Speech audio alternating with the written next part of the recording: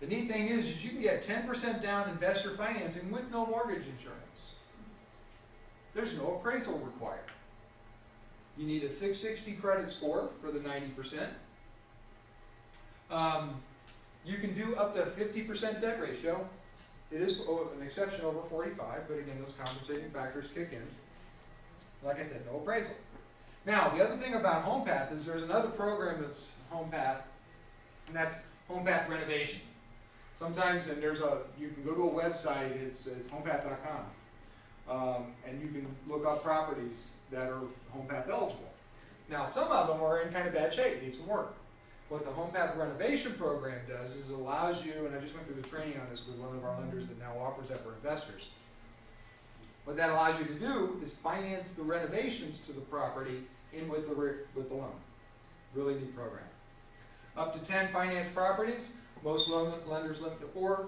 If you can go to 10, portfolio and private investors can exceed the 10 properties. And then there's also the Vendee program. And what the Vendee program is for VA finance homes that have been foreclosed. This is a great program. We don't see a lot of these. I'm sorry? No. Okay. We don't see a lot of these out there, and I'm real short on details on that, and I apologize. Right now, none of the lenders that I have are offering the program, so I was having a little trouble finding details on it. But the down payments are very nominal. You don't have to be a veteran to purchase them, and you can purchase them for investment uses.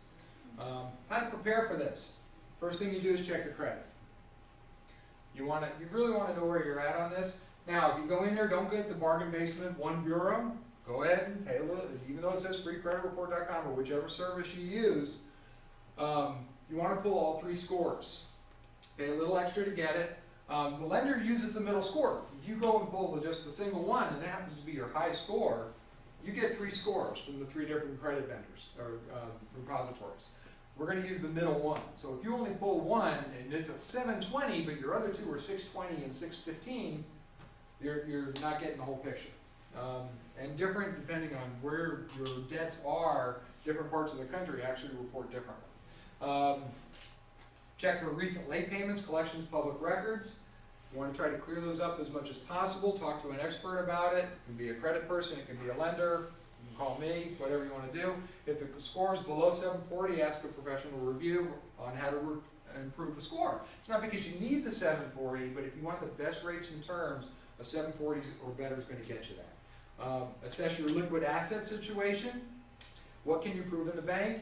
One of the things that will make it much easier for you and your lender is limit the amount of transfers between accounts.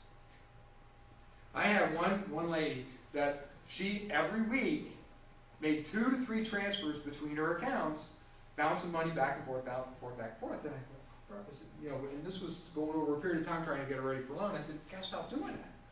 So then I got the next bank statement from her and she was overdrawn. You told me to stop moving money. I said, I didn't tell you to overdraw your account. But we're gonna have to show where all that money came from. And if it's coming between accounts, we have to match those up. So try to limit them just to make it easier on your lender and easier on you, because all that has to match up. All those deposits have to be accounted for. Cash on hand is not acceptable. If you've got money in your mattress, in your safe deposit box, and you want to use that toward your investment, go deposit it now. By the way, if it's $10,000 or more, don't do it all at once. You'll file a CTR, your bank will file a CTR, and they'll put you on a terrorism watch or something. It was 5,000 now. I'm sorry? I thought they lowered it to 5,000. I hadn't heard that, but I'm not a banker anymore. But what we're going to want to see is 2 months bank statements without that deposit on it. So if you've got a large amount of cash on hand, get it in the bank. Wait 2 months so that deposit doesn't show, because as soon as you say, well, it's money I had in my mattress, we can't use it. We have to pretend it doesn't exist, and then you don't have your down payment. Be prepared to document any non-payroll deposits, as we talked about. Put together your last 2 years' tax returns, all schedules. If you're concerned that you might not be able to demonstrate enough income, have somebody look at it. Collect all W-2s, 1099s, and they're going to want to see your most recent 30 days worth of pay stubs. If you have Social Security, pension, child support, or other types of income, we want to see the documentation on that. Just because it shows in your bank statement doesn't mean that's enough. Rental income, copies of leases, verification of receipt of the rent, unless it's on your tax return. and you can always have a mortgage professional review. Finally, get excited about this. This is a great opportunity. As you saw from home prices are the best they've been in years. Interest rates are the lowest they've ever been. This is a great time to get great cash flow from an investment in this. It's just a matter of getting ready. More questions?